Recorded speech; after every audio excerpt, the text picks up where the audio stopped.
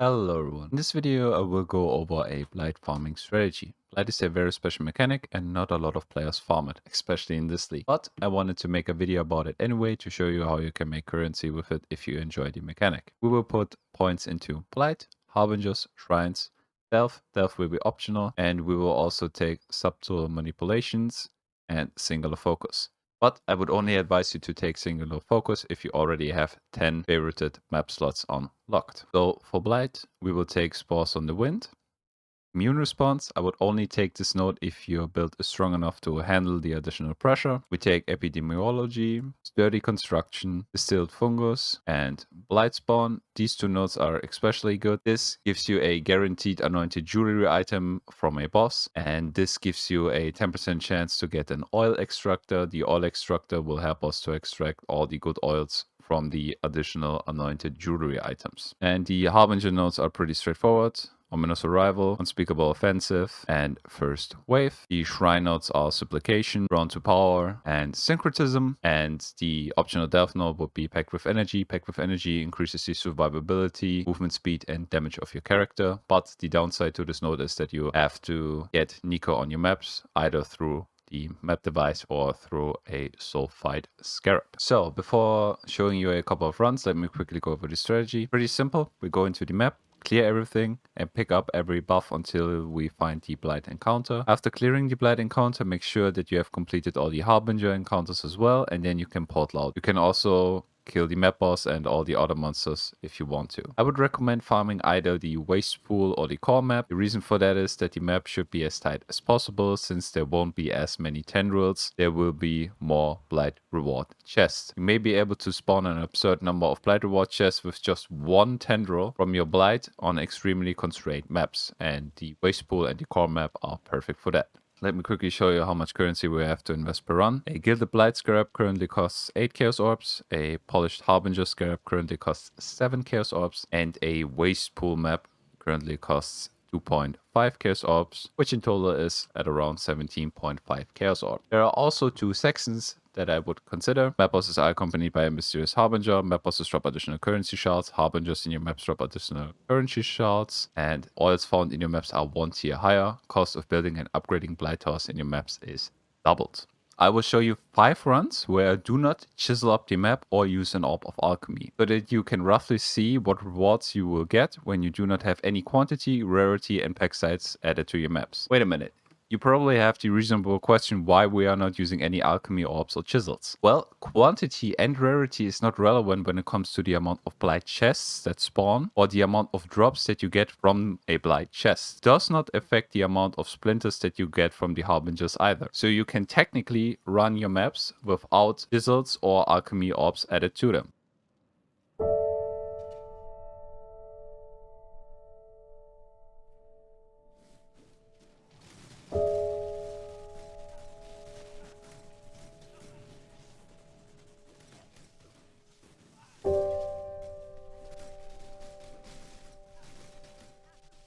I must have time to gather my will. Open.